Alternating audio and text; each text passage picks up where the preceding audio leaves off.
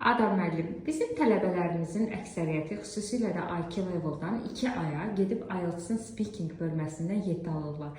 Biz burada hansı xüsusi metodikadan istifadə edirik? Bugün onu tələbələrimizlə paylaşa bilərsiniz? Əlbəttə olar. Siz də bildiyiniz kimi bizim 5 əsas danışıqda istifadə etdiyimiz metodika var ki, bunlar speaking balınızı 1-ə 5 artıra bilər.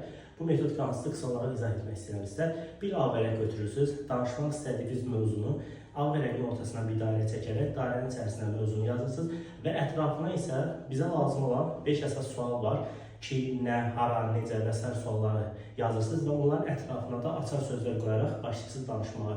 Bu bizim 5 metodikamızdan biridir ki, bizim danışıqda balımızı həqiqətən də yüksək qaldıra bilər.